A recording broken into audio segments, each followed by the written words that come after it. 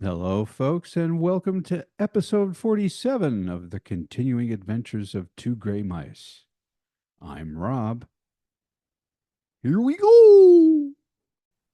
Hey, we've got an interesting, I think, an interesting episode today. Uh, We hope so, at least. yeah.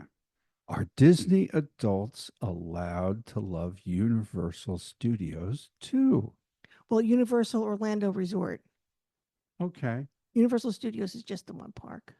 But that's how we always refer to it because when we started going there, That's what it was. it was just one park. It was just one park. Well, it's not one park anymore. Not anymore. Nope. Nope.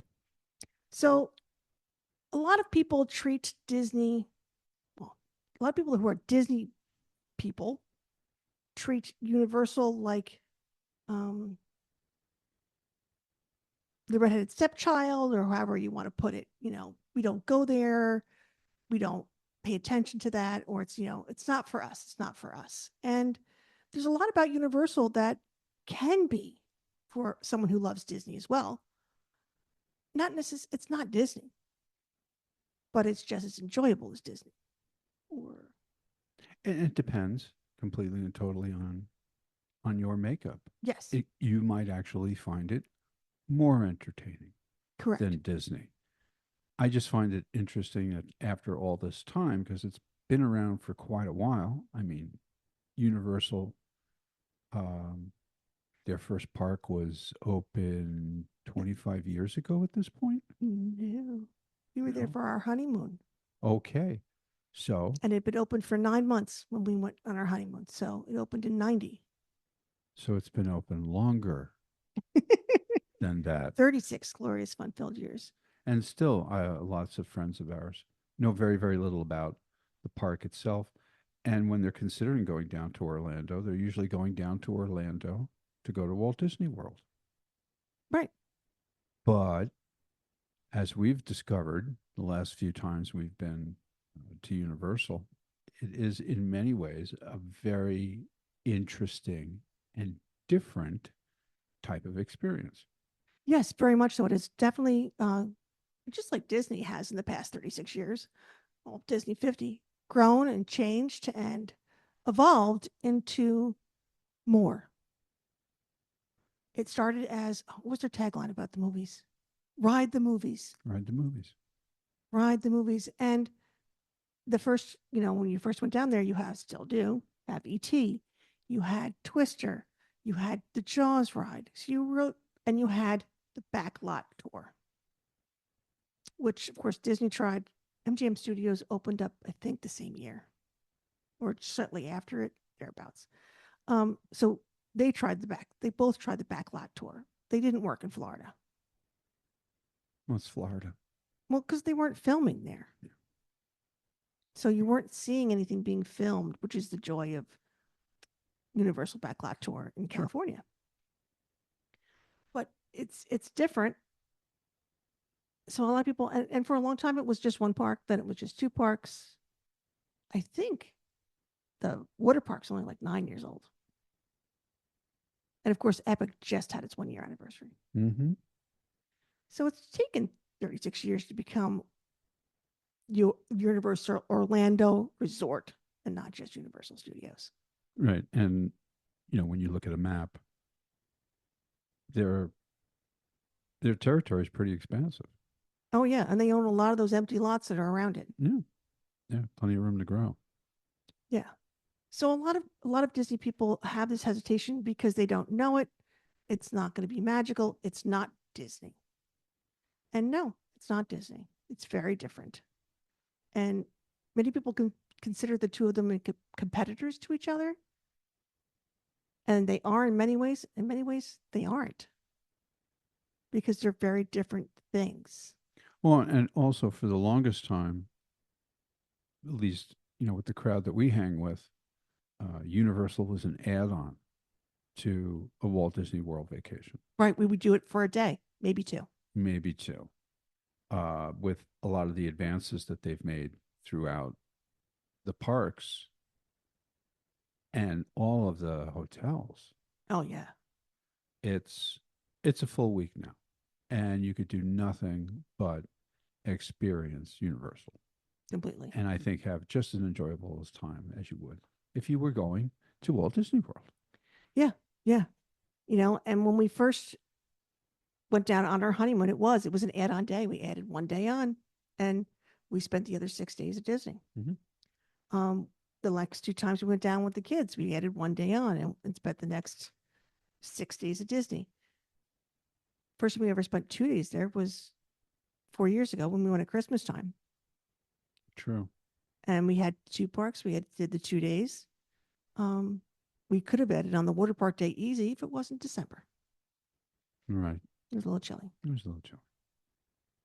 but now it is completely a full week park. Oh, definitely. So, what does Universal do really well, especially with the two original parks? It's very easy to get a park to park ticket and spend one day going back and forth between Universal Studios and Island Adventure. There's city walk in between them, or you can take the Hogwarts Express in the back of the parks to attach to each other. And it's very easy to spend 1 or 2 days just enjoying those parks. And it's very easy to move in between the parks. Uh, it's not like you're checking out of one park and checking into another park. They're right next to each other. Yeah, I mean, the city walks between them, or you taking a train, taking a ride between the two. Between the two, right? That's the other area of transportation to get around the park, the backside of the park. Right. And in many ways, I find it an easier park to navigate, easier park to walk. Yes. Yeah. Actually, an all awful three of lot them, I find them to be a little easier to navigate and easier to walk, less confusing of where am I going and how do I get to where I need to go to some extent.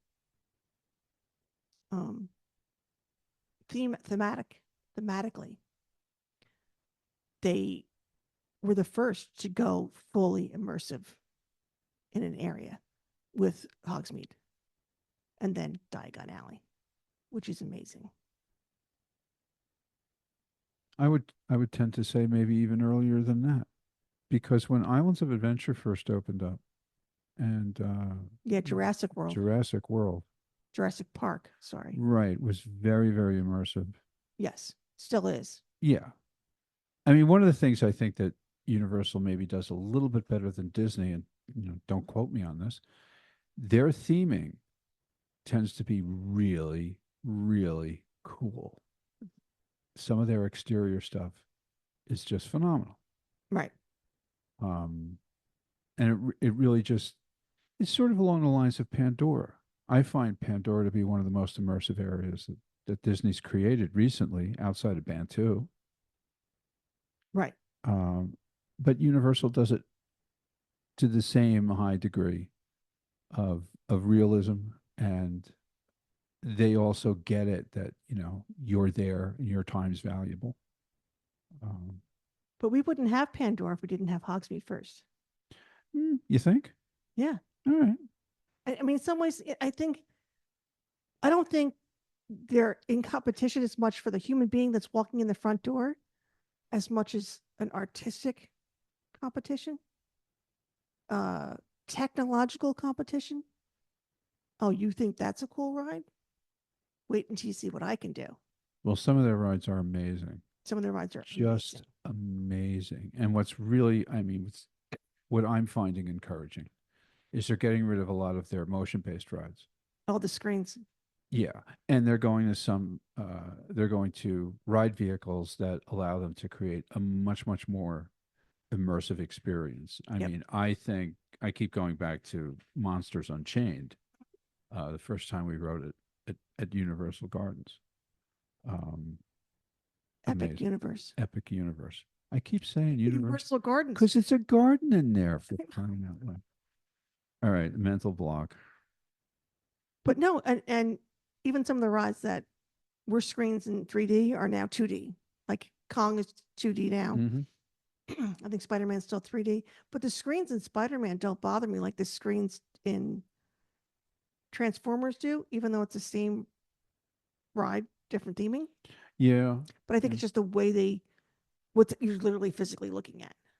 You know, I'm curious what Fast and Furious is hasta la babais. And I'm hoping it's not another screen-like ride that goes in there. That they don't just retheme Fast and Furious. Well, like you're saying, the Wizarding World of Harry Potter, very, very deeply immersive, even for the casual fans. Oh yeah. Uh, their thrill rides Oh no, they have thrill rides down are pat. yeah, are a major strength. Um, I mean, even in Volcano Bay, the main volcano water slide is a roller coaster. It It's a really water is. roller coaster. I mean, Velociraptor, hang on. But themed fun thrill rides, Hagrid's. And why can't I think of the name? Hiccup's Wing Gliders. Cup Swing Gliders was fun. Yeah, but great theming, fun thrill ride, Yeah, but yeah. not like scary. And they have an awful lot of hotels. Mhm. Very, very convenient to the park. Yeah. Offer in some ways more of a value when you're staying Oh, than definitely. Disney Now, and all the parks that they have now. mhm, And the fact that you can get from one area to the other area very easy with their own transportation. right, right. Now, what people a lot of might miss when they're at Universal, Disney is universally themed to Disney. So you're going to get Mickey and Minnie and Donald and Daisy in all the parks. You're going to get the six Chip and Dale and all those guys in all the parks, right? And we all have memories of those guys. I mean, me and you remember the Mickey Mouse Club. You all have memories of that core group. And Universal doesn't have that universal icon or character theme that goes through all four of their parks. Well, it's nostalgia based, but in a different way. Right, exactly. So like to me, it's Yeah. like piecemeal nostalgia, which actually I kind of enjoy more, especially as a family, because I really enjoy Harry Potter. You hadn't read the books the first time you went, I had not. and you enjoyed it, and you enjoyed the land because of the artistry of it. I think I'd actually, by that point, I gotten through the first book. You'd seen some of the movies. Yeah, well, Yeah. yeah. So you enjoyed that part, but then also like, we really enjoyed ET. The kids are like, why? You know, but Timmy loved talking to the Transformer dude. Yeah. So it's nostalgia piecemeal, not really, but yes, going through the comic strip area and explaining to the kids all the different comic strips and what it was like on Sunday mornings, fighting for the comics and reading all the color ones. So that kind of nostalgia it does have. It's not an overarching theme, but it's there. But all of their areas are very much fun. Oh yeah. I mean, I'm a Dr. Seuss fan from when I was a kid, Oh, I love Seuss Landing. and Seuss Land's fantastic. Seuss Landing Seuss Landing. Yeah, I is think the two fantastic. weakest areas are actually comic strip. What I can never remember what it's called, and Marvel. You're talking about it. How can you not remember what it's called? Because I'm a dingbat sometimes. Okay. Yeah, it just only because at this point they're dated. There aren't Sunday comics anymore. The kids today. I mean, Kate's 30 and never saw a Sunday comic. What has that got to do with this? That just why I'm saying that's why that particular area is outdated. Sorry.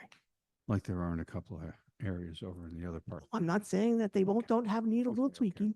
It's just what people need to realize is it's a completely different experience. Oh, completely. And there's not the bubble. You don't have the bubble of you're staying in a Disney resort and you have Disney Springs and everything all around you, and it's just Disney. If you're in some of these resort hotels, sometimes there's a 7-Eleven on the corner.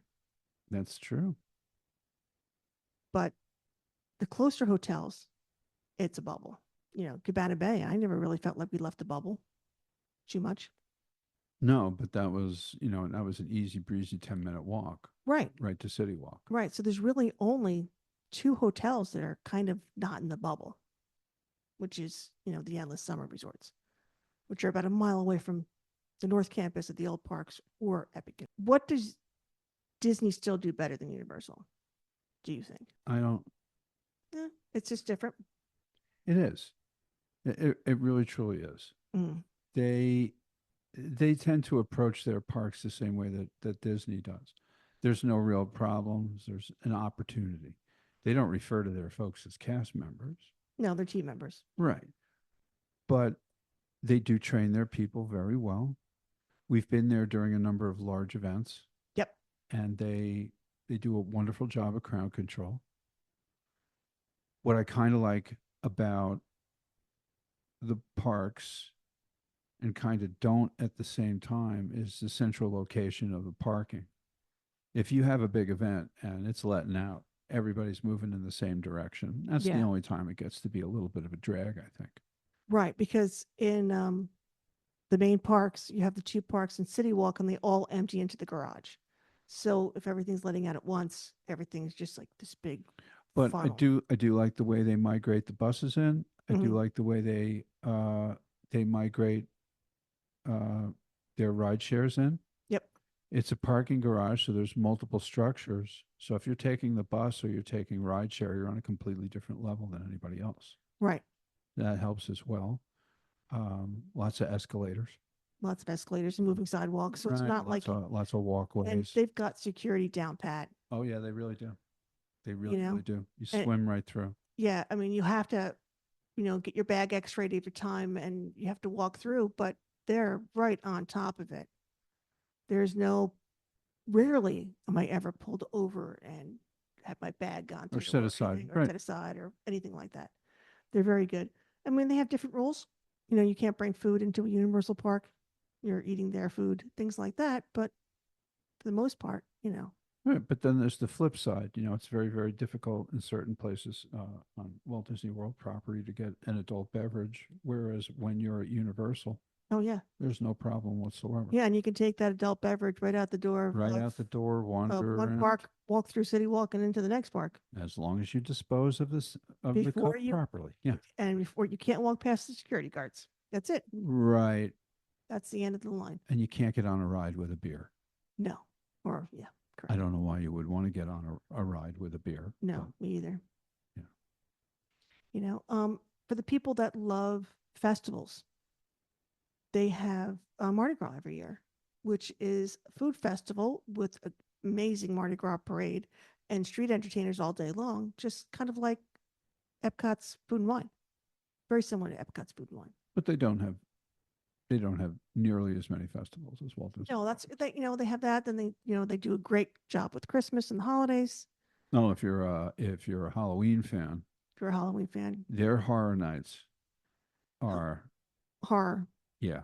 So multiple haunted houses, and you can pick your level of scare, which I kind of like. Well, Um, yeah, when you're outside the haunted houses in the because they have scare zones, so you can kind of right. walk on the sidewalks and they won't like get in your face try to scare you. If you're walking down the middle of the street, they kind of get in your face try to scare you. If you go into a haunted house, you're in a cha-cha line and there's no escaping. There's no escape. And that's what I also like it. That is the only after hours event which you have to pay extra for. Everything that you get for the holidays, the um, Seuss Grinch play, the parades, all of that is all included in your normal daytime ticket. Same thing with Mardi Gras, which is nice. One of the other things I like too is they have there's a lot of lodging options that come with amenities and perks that are better than, early entry. Yeah. Well, Uh, first of all, early entry it's an hour, yeah, which is a big deal. it is a big deal. And the three original premier resorts, Hard Rock, Portofino Bay, and Royal Pacific, come with a express pass, which is their skip the line system. That's really expensive. It can be anywhere between $200 and $400 a person. Comes with your room starting on the night you check in and for the day you check out. So if you only get it for one night, you get 2 days of express pass. So if you're a small family of four, that pays for that one night of the room. Right. We were doing the math on some of the scenarios because we are planning a universal only trip. And it does. It really adds up. Yeah. And they only are free for the original parks of Universal Studios and Islands of Adventure, but then you can transfer Yeah. into one of the moderates or one of the lower tier. And personally, I check into Stella Nova and then do Epic. Yeah, there's lots of ways to work their system to your advantage if you want to explore Yes, everything and their there is to it. discounts very often are room and ticket orientated and for days. You know, like they love to give you, buy 3 days of tickets, get two free. If they're great deals. So then we start talking about how much time do you need to spend down there? A lot of people are like, "Can I do it in 2 days?" No, Well, you can't. not anymore. No, you cannot. I'd say 2 days you could probably do Islands of Adventure and Universal in Studios. Universal Studios, maybe. There's still so much to see, and there's so much to experience. Because you could spend half a day in Diagon Alley. Oh, at least, And same thing with Hogsmeade.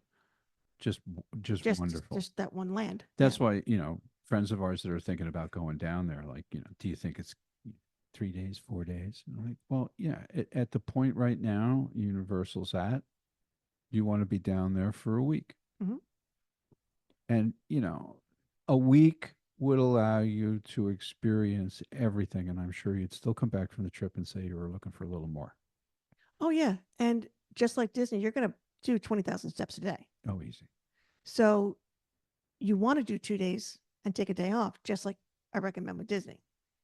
Or 3 days tops day off. Now that day off could be over at Volcano Bay, but that's actually can be a very intense day, or can be very kind of like a pool day. Depending, you can just spend your day on the lazy river and in a cabana eating food. No, if I'm going over to Volcano Bay, it's a pool day, Right, nice and relaxing. right. Or you could be, hitting all the slides. Totally up to you. But all the resorts have all the amenities you're looking for. Gorgeous pools, pool bars, a minimum of a quick service restaurant. They all have Starbucks in the lobbies. So you can not leave your hotel. Also, what Universal lets you do. So, like the moderate resorts, you can pool hop. So, if you're at Cabana Bay, you can go over to Aventura for a day in their pool. You just have to check in at the front gate at the front desk, and they'll give you a day pass. The only people that can't do it are the people at Endless Summer. Right. So this just gives you a really neat way of Checking out other hotels too. experiencing some of what the other resorts hotels Right. have Like, to offer. yeah. So I would do, 2 days. I would take a day off. I would do 2 days at Epic. The one thing we don't want you to do is we don't want you to make the same mistake that lots of people make, which is trying to squeeze Universal into a tiny leftover chunk from your Walt Disney World vacation and leave disappointed. And stressed. Yeah, because there is just so much to do and so much to see.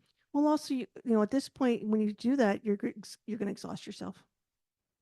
I'm already exhausted just talking about it. Yeah, because you just spent your day off at Universal, or you plopped it on the end or something. Right. The people that are going to enjoy going to Universal, at least we think, or I think, don't want to put words in my husband's mouth, is of course any Harry Potter fan. Um, I love the books. I love the movies. I do not like the author at this point in time in my life. I do not like her points of view. I never will. But the art she created is amazing. And the immersive experience And that the immersive and what Universal has Universal has created. done with it is mind blowing in many ways. Oh, the first time we were there, just you and I. Mhm.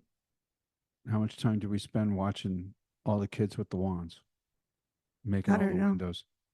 Oh, a while. Yeah, Especially it's that just one kid. I fascinating. just remember the one kid with the umbrella in the water. Just fascinating, and it's interesting too because they've tied all these wand movements into actual spell movements that the characters did in the movies. Right, right. Then it's for and these windows magically come to life or whatever or the little thing thing is. get wet under this umbrella or whatever the case may be, get spit upon, Spritzed. get spritzed. It's spritzed, and it's not coming from anyone's mouth. It's just coming from a little water spigot. Yep. But yeah, just a fantastic, fantastic theming, and they carry that over into Epic Universe. Oh, amazing. Paris over there is just mind-boggling, Mm-hmm. uh, and they're expanding it, which is great. I'm all for it. The area as it exists, you can really pad through there in a couple of hours and see everything. And the theming, the It's amazing. architecture is fantastic. Amazing. It really is. Yeah. Is Universal for small children? That's up to your small kids. Yeah. And you have Seuss Landing, which is amazing. And you If have your kids are into Seuss. right. And you have Mhm. DreamWorks area now, which is great. They upgraded it so it's, Right. Kung And Fu there's the Panda and the Trolls, so it's a little and more there's the Simpsons roots. area with Yeah. which the kids kind Yeah, of really like. yeah, the rides, some guys get a little crazy pants. So yeah, depending on your kid, they could enjoy themselves. Maybe as much as Disney, maybe not. It all depends uh what your child likes. Yeah, yeah. You See, know? our son would take Disney probably every time, and our daughter loves thrill rides. Yeah. You know, She is a thrill junkie. she's our thrill junkie. So that's something to take in consideration. Lost my train of thought. I'll pick it back up for you. Thanks, honey bun. So some people that might not favor Universal are folks that don't like thrill rides because there are an awful lot of thrill rides. Yep. If you're very motion sensitive, Yeah. probably not a good park for you. Uh, in that respect, Disney might win out, Right. especially Epcot. Yeah. But like we've been saying, completely and totally different flavor over in Universal, and they're shooting for a different thing. Yeah. Yeah, and you can, even the person who doesn't like the thrill ride can enjoy the park and the theming. If you're looking for that huge nighttime spectacular, there isn't really one in Alan's Adventure. There's a great projection show on the castle, but it lasts 10 minutes, not even. There's Sensational, which is a drone show with the water curtains and film Mhm. we haven't seen yet, which is supposed to be wonderful, but it's not, castle fireworks. But starting in early July over at Epic Universe, they're going to be having the fountain show and fireworks. We just found out. Yeah. And the fountain show, when we took the fountain show in, It was cool. it was cool. And they didn't really mean it to be a show. They just kind of programmed it to be cool.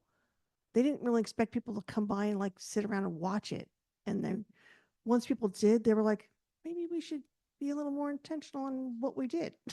I mean, when we saw it, it was a lovely interaction between light and sound and water. I thought they did a phenomenal job. Yeah. Of choreo. See now, Choreographing, now I'm going to have a Meg moment not be able to say the word. What is that word? of choreographing the water to the music. Yeah. And the night that we saw it, I intentionally camped out 20 minutes before I knew the show was going to start. I wanted a good spot, and we were on the terraced seating that's there just adjacent. We're there like at the golden hour waiting for it to become dark. Just adjacent to the lake itself. And as the show was going on, you could tell people were coming from various areas of the park just to see the show. Yeah. Yeah. There was even a smattering of applause when it was over. I thought that was kind of cool. Yeah. If you're looking for princesses, you're not going to find them at Universal. Parades, not nearly as many, No, and not to the not lavish daily. extent. Yeah, and like not daily. really, that's not your focus. But they do strolling characters better, strolling entertainment. Well, that's one of the things that I love about the studio. Universal Studios. Yeah. Oh yeah, you've got that dance show. They'll have singers out. You've got You got the Blues Blues Brothers. Brothers, Got the the beat, percussion, yeah, beat the builders. beat builders. Then you've got the shows inside of Diagon Alley. Yeah, they do it, and it's just right there. So it's just this atmosphere when you're walking. You walk around a corner, and you're like, wow, there's a little show happening. There's a little music over here, and you don't always get that with Disney. You used to, not anymore. Mm. So that's also a little nostalgia for me.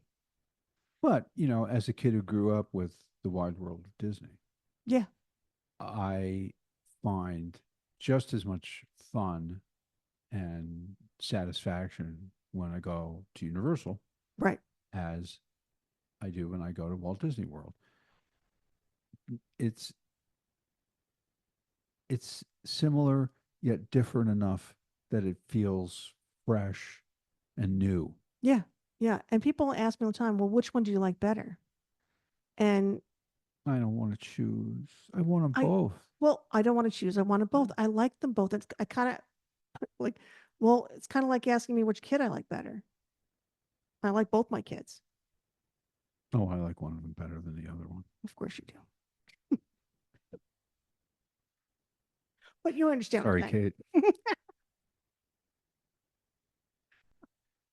But anyway, yeah, it just, so you can go to Disney and you can go to Universal and be a fan of one or the other or both. There's no You can have park down the just an street. enjoyable time. Just as an enjoyable time. Yeah. It can be a trip that reminds you, and because really, what does any vacation get down to? Having a good time. The memories. Making a memory. The memories you have with the people you're with. Yeah. Or the people you're not with. As the case may be. As the case may be. So I think that's all we got for today. So thank you for listening to the Adventures of Two Gray Mice. You can find us on Instagram at Two Gray Mice Podcast. Yeah, so you didn't print any of that out on the sheet. Because I normally have the little sheet that's in the room. And I don't have all of that committed to memory yet. And I should. If you have any it's just questions, a big blank page here, folks. There's nothing there. And if you have any questions or suggestions about what we should cover on the podcast or questions about your vacation or anything else, you can reach us at 2graymice@gmail.com. That is the number 2 on both occasions. We really would like to hear where you're going and what you're doing. As the summer, we headed to the summer vacation time period. Yes. Summertime. So in the meantime, I'm Rob. And I'm Meg. And we are 2 gray mice. Would you like to try that again or no? Yeah, well, this time I'm actually going to watch you to see what you're going to say. Okay. I'm Rob. And I'm Meg. And together, we're 2 gray mice. Oh, that was awful also. You going to say goodbye? Oh. Say goodbye, Gracie. Goodbye, Gracie.